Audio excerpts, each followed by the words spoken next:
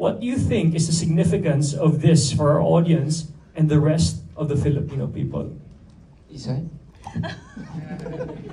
No, what made me say... what made you say yes? I think you answered it kanina there, but we'd like to hear it again. Yeah, so, hindi, para sigurong gusto kong mas maging knowledgeable kasi aware lang ako kung ano nangyayari. So gusto kong mas malaman nga kung ano talaga yung mas deep kung ano nangyayari. Doon nga, pumunta nga kami doon, nakausap ko yung mga fishermen. Nalaman ko kung gaano kalalim yung sakit at kung gaano naapektuhan yung livelihood nila and everything. So sabi ko, kailangan kong tumulong in a way na alam ko na kaya ko. Ano yung sa mga, what's one thing na sobrang deep yung problema ng mga fishermen? What's one thing you learned from that? Si Timmy yung nasa fisherman side, ako yung nasa sa BRB. Ano ba?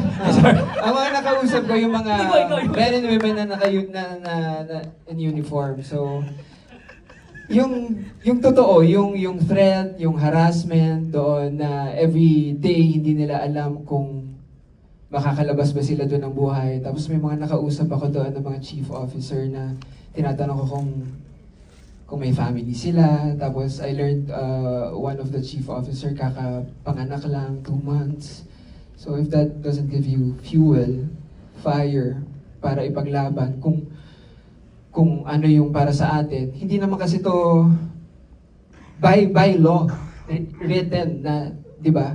Ginran sa atin yung West Philippines, in-award sa atin yung sovereign rights. So, ipaglaban mo kung ano yung sa atin, kung ano yung tama. Thank you, Carlo. Parang bakit natin si Carlo.